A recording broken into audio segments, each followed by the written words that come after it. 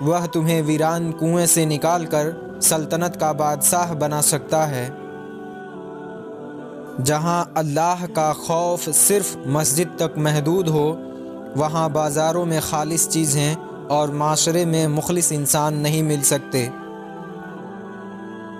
یہ وقت بھی عجیب سوداگر ہے، جوانی کا لالچ دے کر بچپن لے گیا اور اب امیری کا لالچ دے کر جوانی چھین رہا ہے۔ حقیقی پاک دامن وہی ہے جس کے پاس گناہ کا وسائل اور موقع بھی ہو اور وہ پھر بھی گناہ نہ کرے۔ زندگی میں کی گئی غلطیاں آپ کو سوچنا، بولنا اور سمجھنا سکھا دیتی ہیں۔ کچھ حادثے انسان کی بہتری کے لیے ہوتے ہیں، لیکن وہ وقتی سمجھ نہیں آتے ہیں۔